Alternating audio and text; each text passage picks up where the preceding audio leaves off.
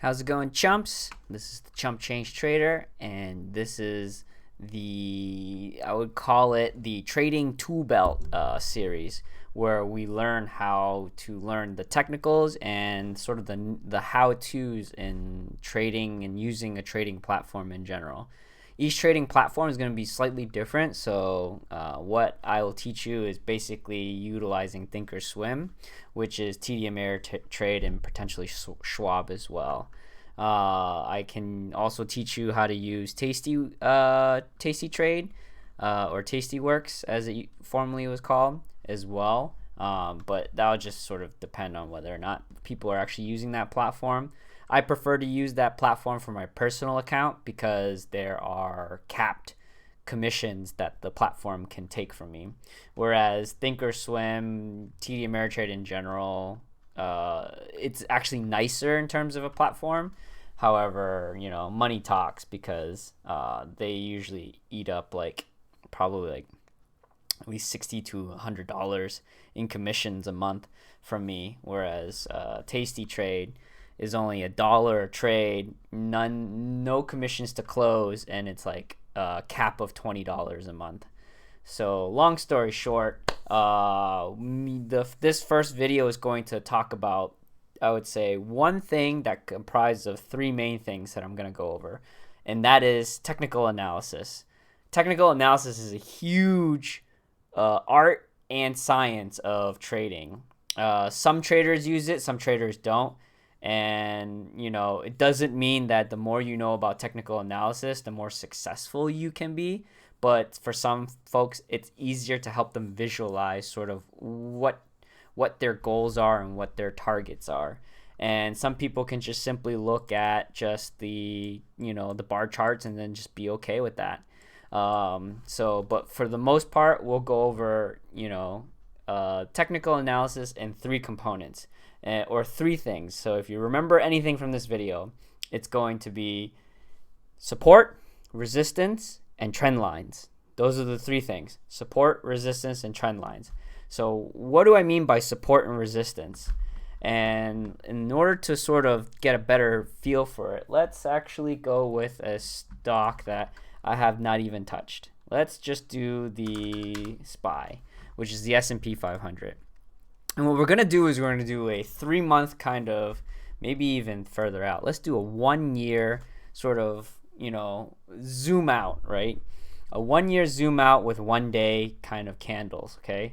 And we're now looking at the S&P 500, which is a big index in the market from a year perspective, ranging from September 22 all the way to April 2023. And I can scroll in between here. But for the time being, we'll just use what we got currently right now in terms of viewpoint. You know what? We can even go 3 years out just so that we can consolidate all the information that we are looking at and see whether or not we can have confirmation as to what we're trying to draw here. Just so that we can have the biggest macro view possible. So we have here pretty much majority of 2022 and 2023 right in front of us here. And so when I talked about support and resistance, right? Support lines is lines or trends or consolidation points to where the stock has hit on a price level at the lows of where it was bottoming out. So in essence, if you see my cursor right here, it is pretty much sitting at this line right here that kind of crosses through this line right here. And then there's a bit of lines right here. So you kind of notice that there's kind of like a line that almost intersects a big cluster of ups and downs, right? And so sometimes support and resistance levels also have some crisscross amongst each other. So like this right here, if I'm going to use my drawings and I hit a price level right here, I can select this line right here as kind of a support line right here.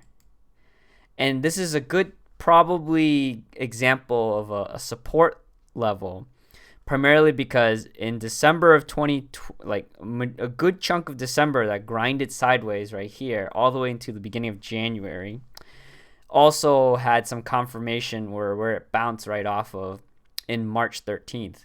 And that's kind of like where I would say this is like a support level that is validated twice, right? When you have a support level that is also a level that has some, kind of movements through it, and also maybe some resistance levels, then that is also some extra what we call points of control. So let's talk about resistance levels. So see here, this top right here matches and coincides with the tops right here, and also a top right here. So in essence, this is a much more stronger resistance level that I can draw a trend line for, or a price level. So I'm going to go from right here because that's like probably the most clearest as day resistance level that you can possibly draw in terms of that. There is an outlier here, but for the most part, you're looking at kind of a generalization. You don't have to make sure that you nail every single line, or if it doesn't nail it, then that doesn't technically count. But you also want some confirmation where some volume is there and some big moves that sort of confirm sort of the level. So basically, the more touch points, the more you're confirming. Hence why I wanted to do a 3-year line, because if we look back, we'll start to notice that our lines coincide with a lot of different past history, right? Past touch points as well. And so the more that you can sort of create that kind of data set that is almost confirmed in every level from past data, it helps validate sort of, okay, this is a good support level that I'm going to be drawing right there. So now we have a resistance line. Let me just change the color of this. So resistance, think of it as like, oh, it's like a barrier. It's like a roof that it has to break through. And then, oh, it didn't change. Make it red. Come on. Uh-oh. What's going on? I want it red. Why won't you be red? All right, I'm just deleting it. And then starting a new one. Luckily, it's a very easy one to just create. Now the question is, you want me to draw it before I can change the color. Now I want to change the color and you don't want to give me the color that I want. How about give me the color that I want? This is annoying. Okay, well, aside from the technical difficulties, and I apologize. Okay, there you go. I guess I had to cancel in order for me to confirm my color choice.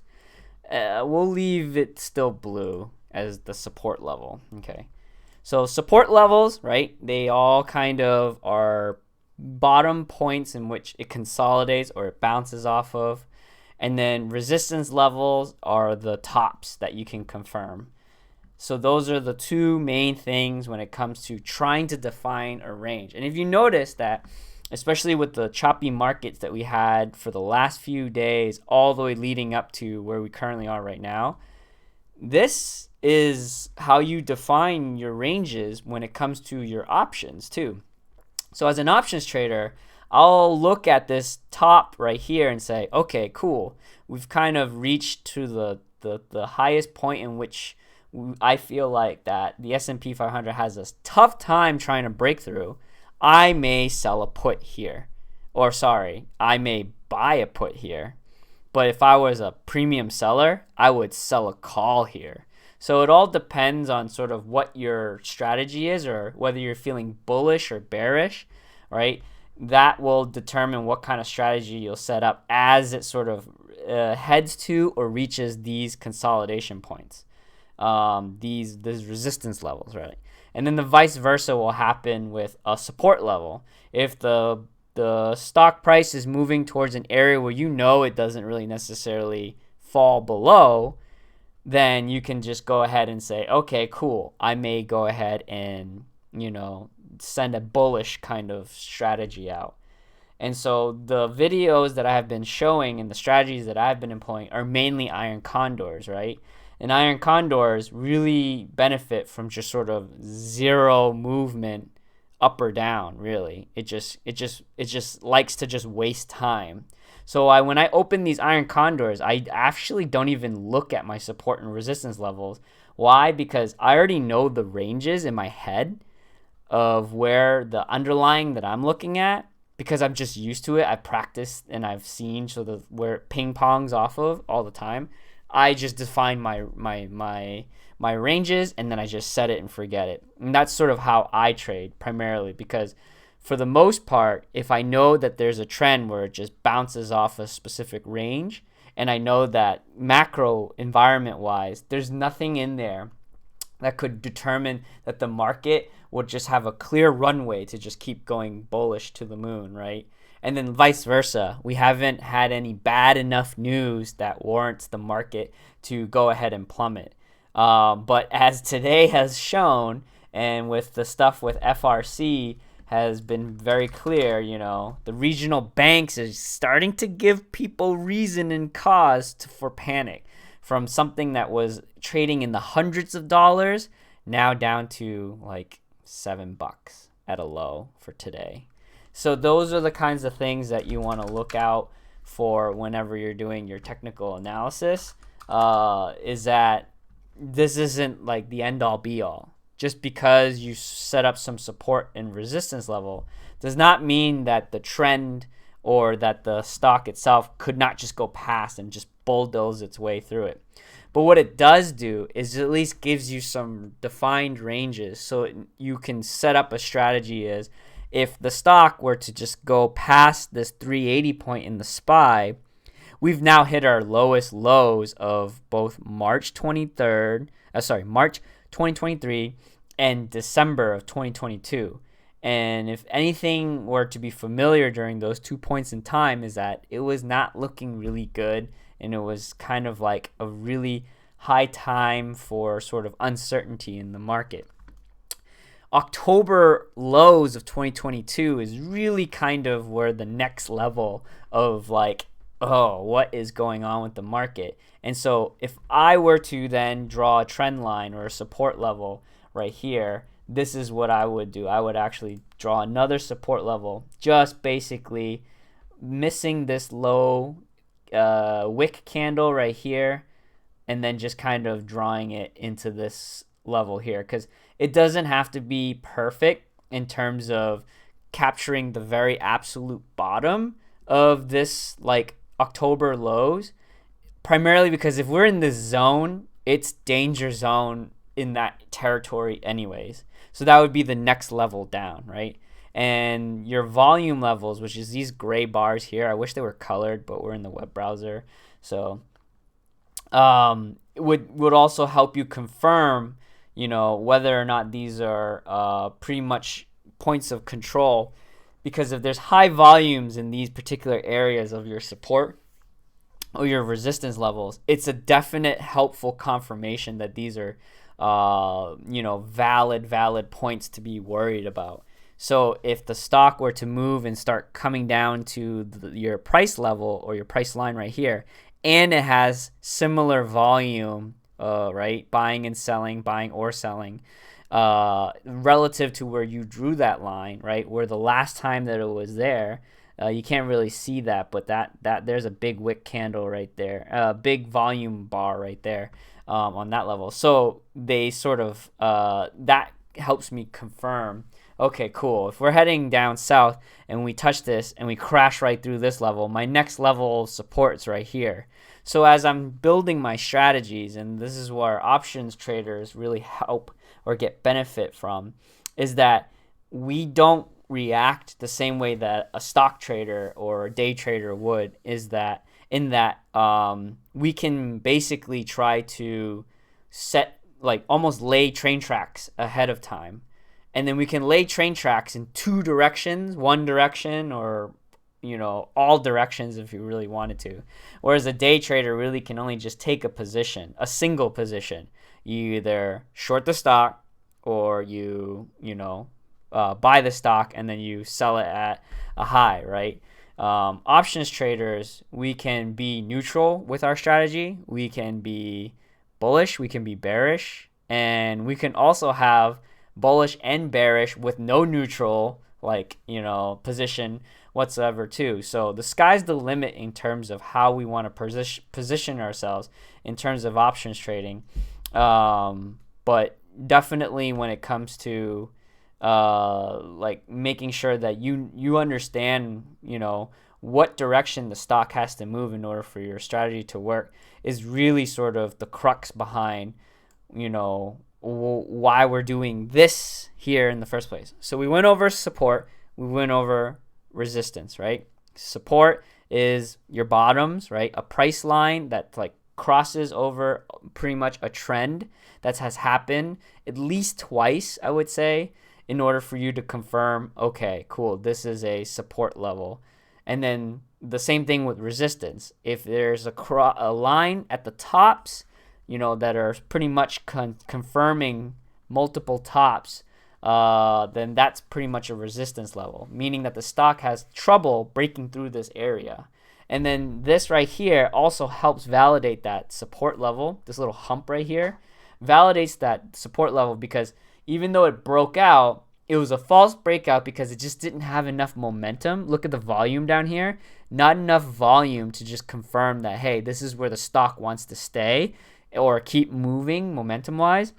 And it's just going to, grind down, lower as a result of that. Then those are the first two important things about technical analysis. The last thing is what we call trend lines. So trend lines, if you see that this tool has a trend lines go sort of alongside with where you see the stock moving. And the main thing to focus on when you're looking at a trend line is higher highs or lower lows, right? Higher highs, lower lows, or higher lows or lower highs. So if that was confusing enough, that's kind of the point. So the idea is that let's look at this section right here. In this section right here where the market was moving higher, what are you going to see from a trend line perspective? Higher highs and higher lows. So let me just change this color to, let's say, yellow. That did not change to yellow. Let's go. Come on, Thinkorswim, you can do it. Oh my. This is the bane of my existence right now. Can you please just do okay, thank you. All right. And then the same thing here. I'll ignore this big long this big long candle over there, but for the most part, this right here, can you cooperate? What do I have to do? Tell me what I have to do to make you change the color. What is it that I do that's so different that changes the color when I hit cancel? I don't know, but it worked. Okay, so let's zoom in this section right here only. What I did there was just create a line that basically followed each of the peaks in this particular section right here. So we're noticing that as we move on with time, the market creates a new high, which is a higher high. And then, yes, it does its thing, and then it creates another high. And then it does its thing, and it creates another high. And then it does its thing and creates another high, right? So each time, as time is going on, it's creating new highs. And so when you use that piece of information and you validate it with new higher lows, right? This is the low candle. Let's just assume that it stops here. And then the lows are also higher up here, definitely higher up here, but obviously it's not going to go in a straight line. That, when you combine with the higher highs and the higher lows combined together, you can assume that the market is in a bullish pattern at that particular point. When does the pattern break? This will not tell you that. This will not tell you that. So that's why it's very, again, there's a consensus of like the idea that people who use technical analysis, or like looking at the technical analysis and where the points of convergences are, it could be, pseudoscience at the result there.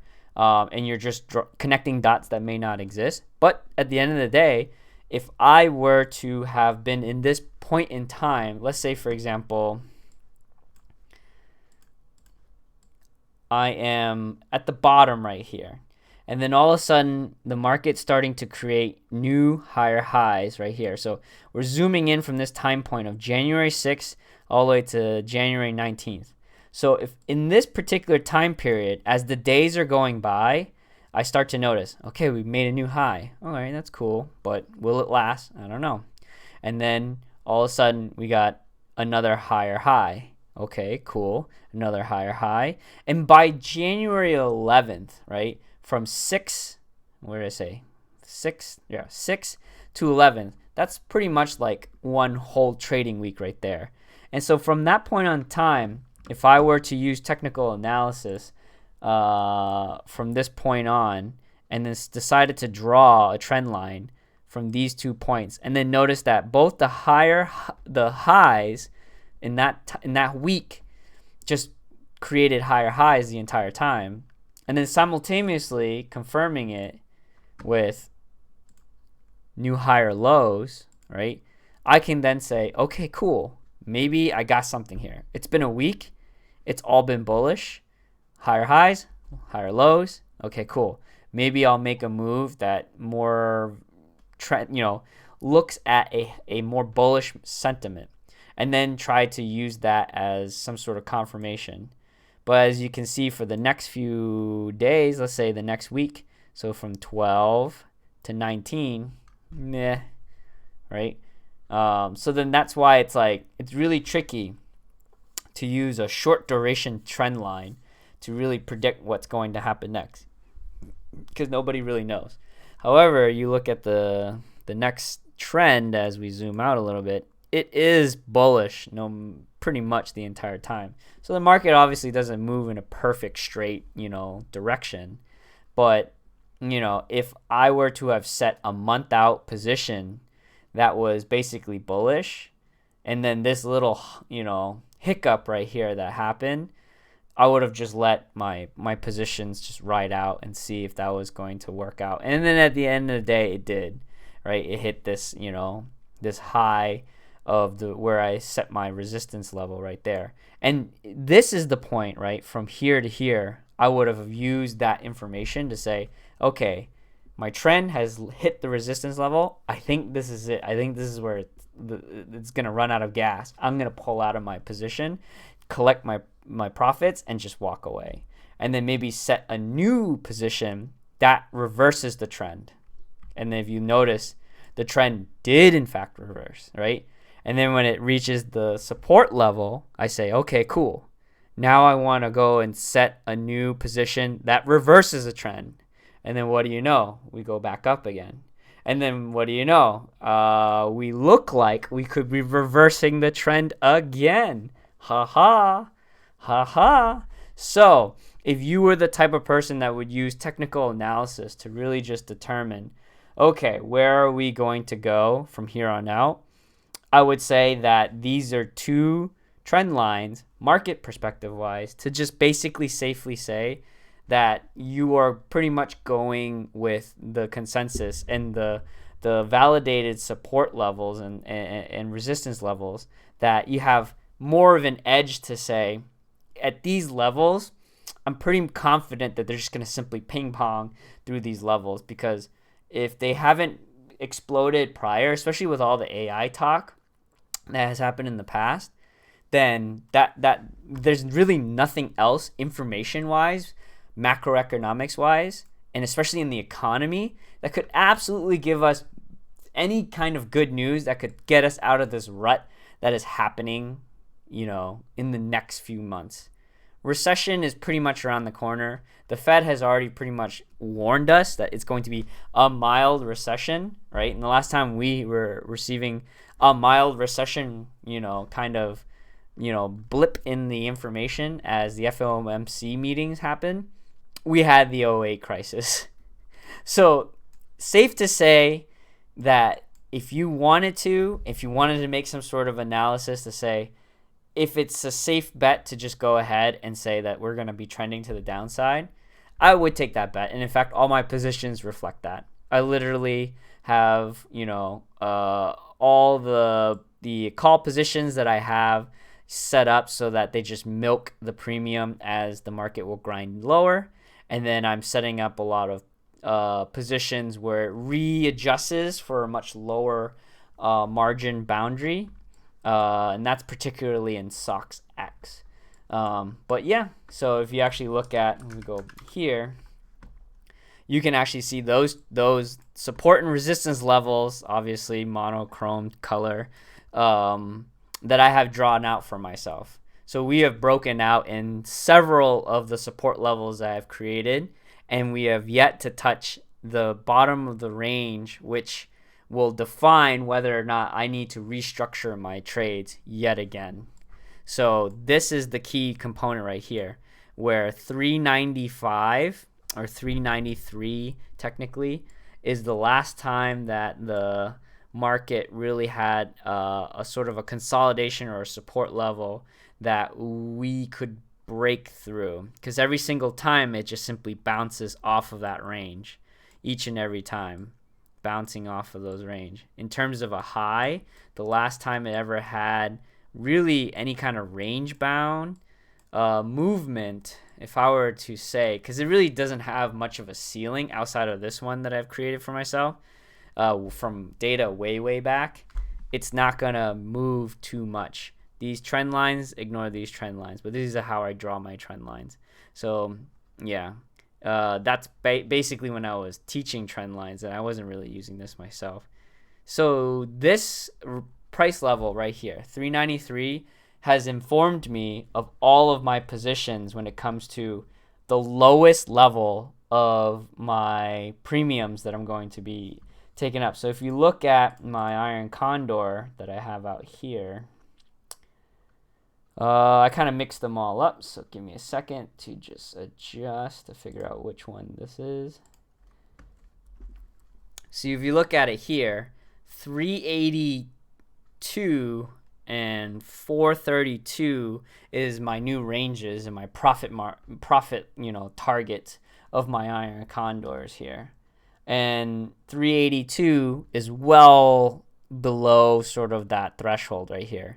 So if this market continues to keep grinding lower past 393 and doesn't bounce off of it, then I still have some room and some time to readjust my strategy to either shift it over some or do what I've done before and create a call vertical, or in order for me to really just add some padding and take away some of my downside risk on this side over here. However, 225 of downside risk is kind of hard to make up for with just a single call vertical, especially since call verticals have low profit margins relative to the defined risk that they have. So long story short, I may just close the position depending on how much time passes and then reopen it in with a more range downward.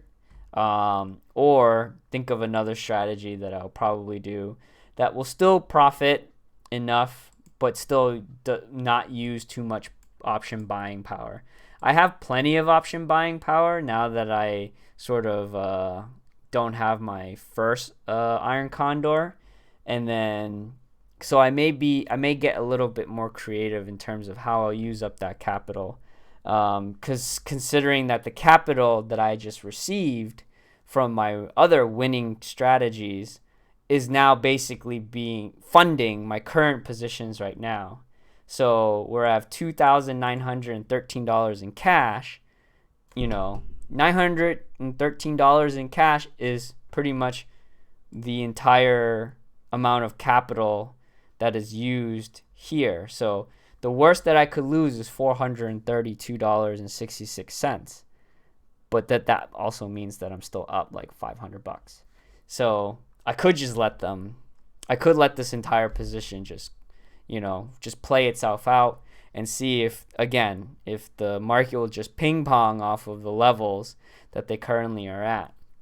But that's a risk management sort of aspect that whether or not you as a trader or an investor is willing to sort of take that chance on.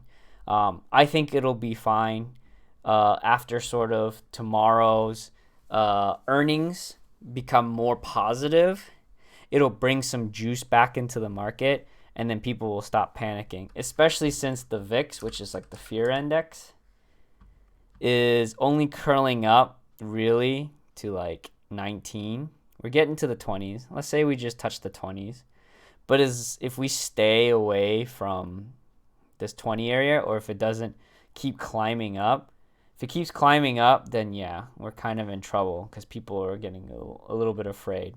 And I totally 100% understand that, to which I will pivot, right? I'm not going to try to predict the market. I'm just going to react and do accordingly. So hopefully this video was helpful. Hopefully, this will sort of allow you to get an idea as to what to look out for when it comes to your underlying, and then how to define your ranges before you decide, okay, I'm going to do a bullish strategy, or I'm going to do a bearish strategy, or whatever it may be. Before you even start trading, you need to know what you are trading, right? You need to know how you are going to trade it. And these 3 things are going to help you: your support, your resistance levels, and then your trend lines. Once you have that kind of nailed down, you get like this nice like sort of snapshot of what is going to happen in this market, then you will then very well be able to define, okay, now that I know what's going on, I can go ahead and say, hey, if I'm going to be a counter trend trader, if I'm going to be a with a trend trader, or if I'm going to be whatever, this is where you find your identity. But everybody still has to use these tools to sort of create their roadmap, so then that way you can go ahead and give them hell. All right, I'll see you guys in the next one.